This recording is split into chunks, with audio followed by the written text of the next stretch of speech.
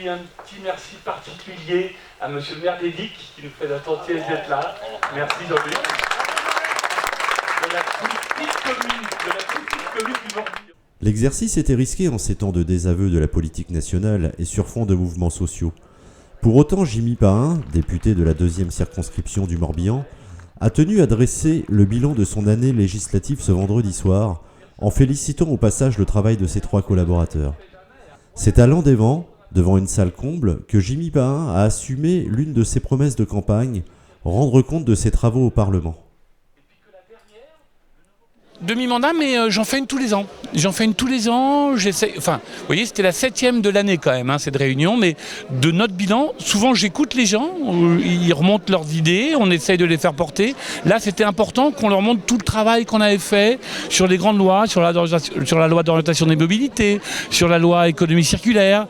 Donc, c'est un moment important et c'est un moment que je suis content de partager. Et j'étais content de voir quand même tout ce monde-là dans la salle. Alors, il y avait des gens qui n'étaient pas forcément contents, des gens qui n'étaient pas forcément d'accord, mais je les remercie tous d'être venus.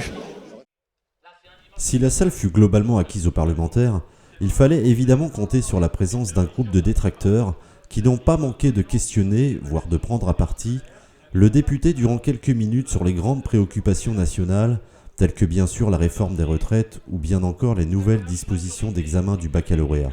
Bien que le dialogue a semblé largement rompu, voire impossible entre les deux camps, Jimmy Pahin a réaffirmé son soutien aux réformes du gouvernement d'Édouard Philippe. D'abord, les réponses, c'est que, la loi a été présentée ce matin au Conseil des ministres, ce matin, vendredi 24 janvier, donc il y a encore beaucoup de travail à faire là-dessus. Il va y avoir la conférence avec les syndicats qui démarre jeudi prochain. Nous aussi, au Parlement, on va pouvoir continuer à faire évoluer la loi, à l'amender. Voilà, mais ce qui est sûr, c'est que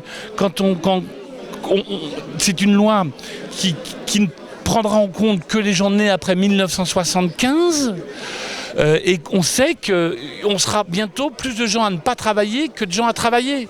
Donc il faut faire un petit peu évoluer le système et on va y arriver, on va échanger, on va construire. Moi j'essaye, vous voyez, j'ai des réunions dans 10 jours avec les marins-pêcheurs, avec les gens du commerce pour justement que leurs problématiques, que leurs soucis soient bien pris en compte dans ce projet de loi. Je suis un gilet jaune et depuis le 17 novembre, on se bat pour la justice sociale. Actuellement, les hauts revenus augmentent leurs revenus et les pauvres sont toujours plus pauvres.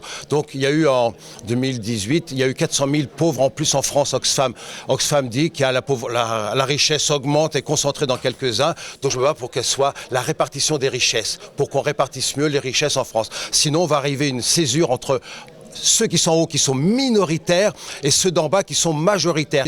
Je suis venu voir si donc notre député a pris conscience dans quel état notre pays va être dans quelques années.